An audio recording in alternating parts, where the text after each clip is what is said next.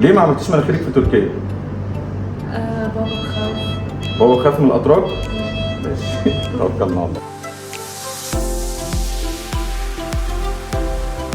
السلام عليكم. صديقتنا السورية اللي بتعاني من ضيق في التنفس وعدم تناسق ملامح الأنف، اختارت مصر زي ما هي قالت لنا بدلا من تركيا لعملية تجميل الأنف، لأنها عايزة أنف جميلة وطبيعية ومش عايزة نتيجة تكون فيك. تعالوا نشوف إيه التفاصيل اللي موجودة في الحالة وهنشتغل عليها إزاي إن شاء الله. ان شاء الله زي ما احنا شايفين جهاز البيزو او الليزر او الموجات الفوق صوتيه هيكون ليها تاثير السحر ان احنا نوصل لنتيجه طبيعيه باذن الله وجميله في نفس الوقت. زي ما احنا شايفين البروز اللي في ظهر الانف هننحته باستعمال البيزو.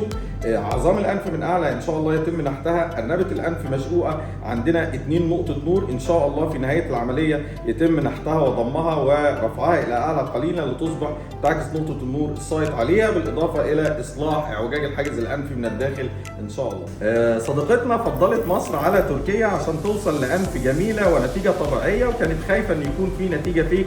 ده اللي وصلنا له بفضل الله. جهاز البيزو او الليزر كان ليه دور مهم جدا انه ينحت لنا ظهر الانف بالمنظر الجميل اللي احنا شايفين. قبل العمليه كان محدب للخارج، دلوقتي اصبح مقعر قليلا للداخل. ارنبه الانف اصبحت ديفاين بتعكس نقطه النور الساقط عليها.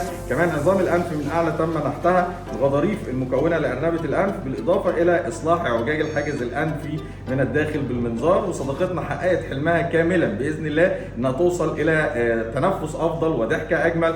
شكرا لكم، في انتظار تعليقاتكم على الفيسبوك يوتيوب والانستجرام ان شاء الله.